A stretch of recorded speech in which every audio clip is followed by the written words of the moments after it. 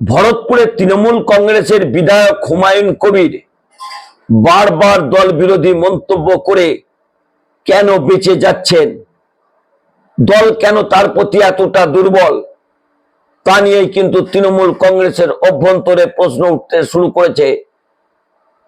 গতকাল তিনি ঘোষণা করেছেন আগামী 15ই আগস্টের পর তিনি নতুন দল তৈরি করবেন।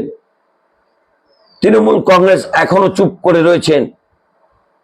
তৃণমূল কংগ্রেসের এই মুখ বন্ধ আর কতদিন থাকবে? নাকি দলে অনুব্রত মণ্ডল, হুমায়ুন কবিরদের মতো আপদদের প্রতাপ আরো বাড়বে?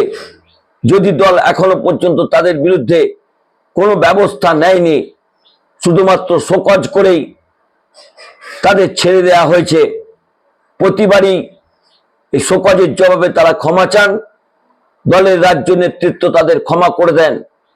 এবার দলের সর্বোচ্চ নেতৃত্ব নিশ্চয়ই হুমায়ুন কবিরকে দল বিরোধী মন্তব্যের জন্য তাকে দল থেকে সাসপেন্ড করবেন।